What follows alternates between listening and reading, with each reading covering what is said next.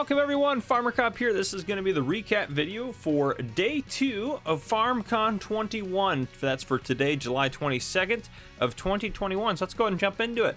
So first off, Giants Software started in on a presentation on the new Giants Engine 9. A couple of new features announced about that, or a couple of things pointed out. They didn't announce what the new multiplayer features would be, but they did mention that there would be a couple of new multiplayer features to look forward to.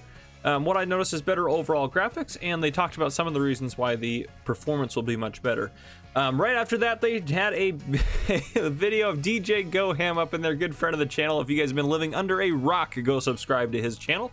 But DJ GoHam is fantastic. Fantastic guy and has a fantastic channel, so you may know him from Farm Sim News. But there you go, DJ GoHam. He was in there because he's a Giants ambassador, so there you go. Next off, they had a brief little presentation. It's kind of geeky, but I loved it, where they talked about the new beacon light, which was absolutely awesome.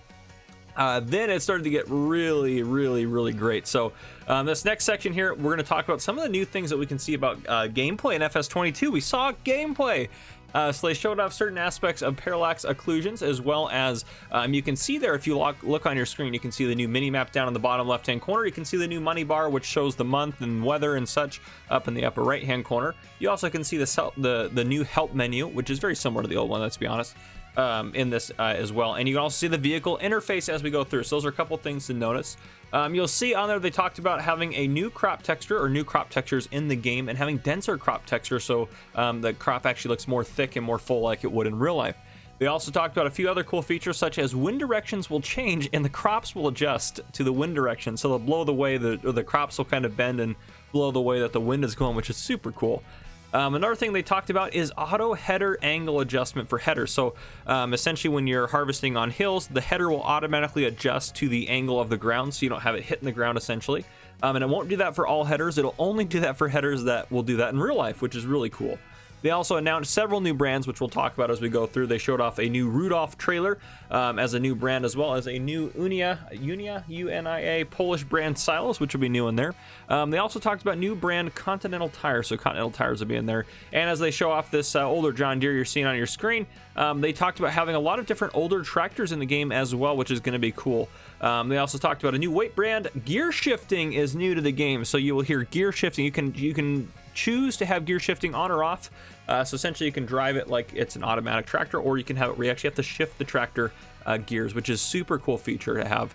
And they also mentioned a lot about sounds for gear shifting and sounds in general. And new sounds for unloading, which we were able to hear as well, which is super cool. So they have some cool stuff as far as that goes. And they're going to go into a lot of details on the new sounds that are in this game, or in FS22, starting tomorrow in FarmCon tomorrow, so you don't want to miss that. Very cool. Then they took a quick break, but still kind of associated. They talked about production chains as far as FS22 goes. There's still more features of FS22 that I'm going to go into in a little bit that they mentioned after this. I'm just going in chronological order of how they presented it. So they did talk about production chains. So you can purchase pre-existing buildings that are on the maps that are coming with the game, or you can buy and build your own buildings on land, just as you could essentially in Farming Simulator 19 with other buildings. As if you own the land, you could build stuff on it. Instead of selling at these locations, you can use them as a production chain instead if you want to do that. When you go up to the production chains on the bottom corner, kind of similar to like a field info window, you'll have info for the productions, as you might be able to see as we're going through here. The production menu in the screen has the ability to turn on or off individual productions. And you can change the output mode to either pallets, so it'll give you pallets of the outputted product, or selling, where it'll sell the outputted product for you, or storing, where it's not going to output pallets, it's going to keep it inside, or distribution, where it's going to deliver it to the next chain of the production. They did talk about one production chain in particular, so example like wheat, or you could take wheat, sorghum, oats, or barley and make them into flour. Not different types of flour, all one type of flour, but you can take the flour pallets or have them delivered to the bakery.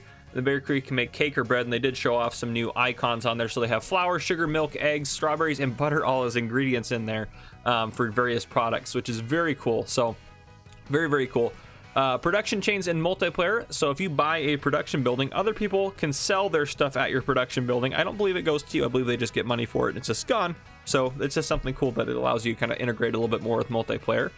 They also mentioned briefly talking about how greenhouses will kind of tie into production chains as opposed to just earning you money like they did in FS19. So you actually have to provide products to them, and they will have products that they produce which are used in further production chains as well. So very, very cool.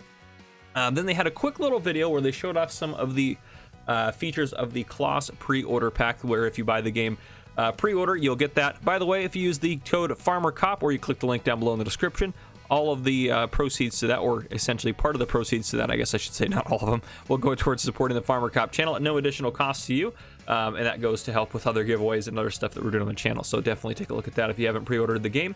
And then they went back into more details and more gameplay, and they showed off a new Case Magnum series, which is super cool. They also talked about having new 3D tracks as far as base game goes, so they'll have base game 3D tracks, and they talked about new tools from Case, such as implements. So whereas before they've had mostly tractors, harvesters, that sort of thing, they now have a lot of different implements, including the disc harrow you're seeing as well.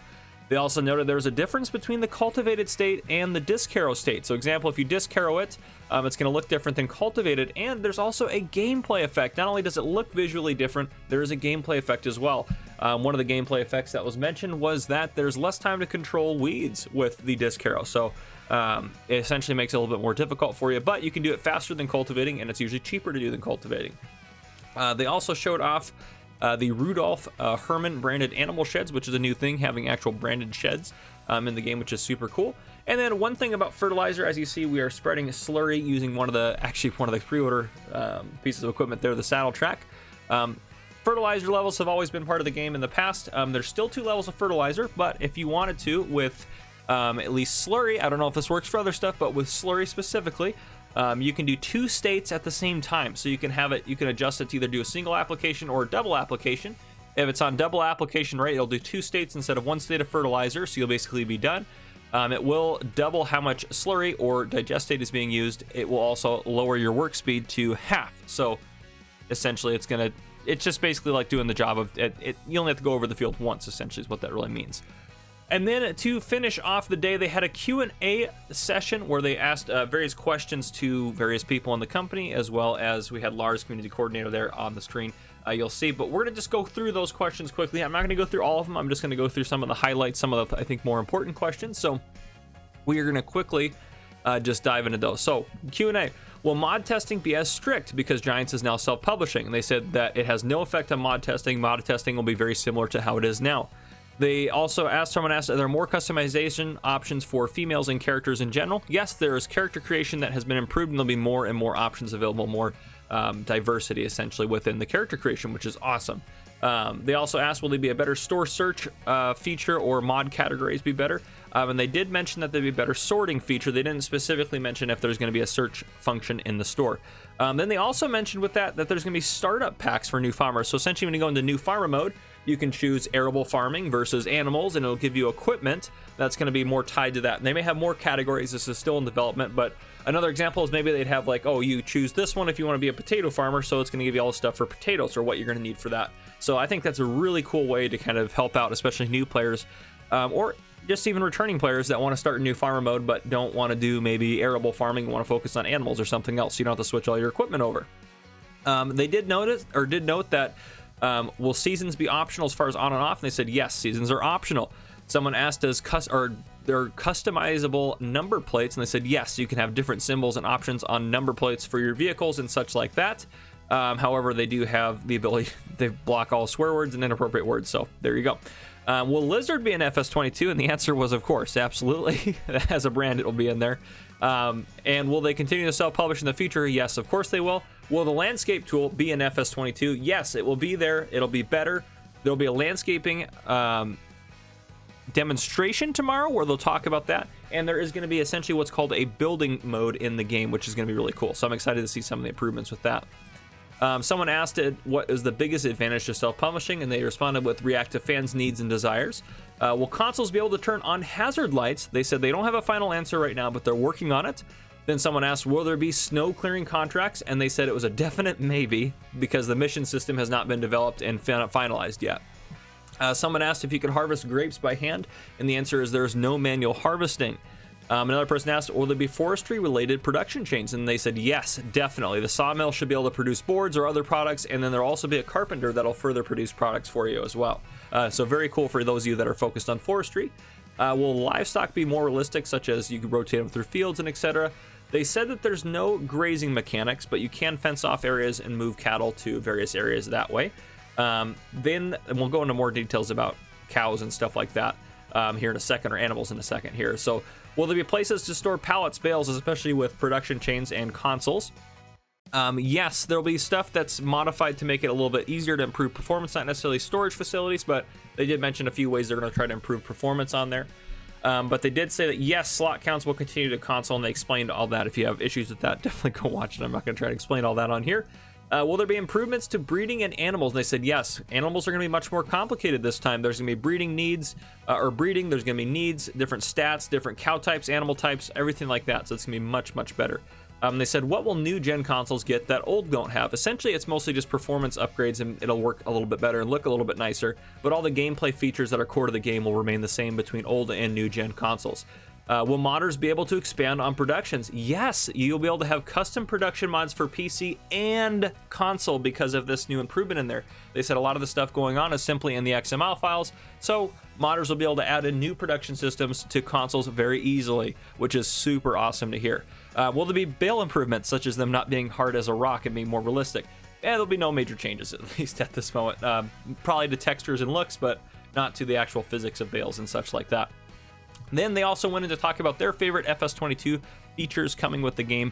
But other than that, that was FarmCon Day 2, a little bit longer, much more cool stuff, and I'm super excited to see what's going to happen tomorrow. So anyhow, if you guys enjoyed this video, drop a like down below. If you haven't already, hit that subscribe button up on the screen to join the Farmer Cop channel, and turn on your notification bell so you don't miss any future videos I may post. This has been Farmer Cop. Thank you guys for coming and watching.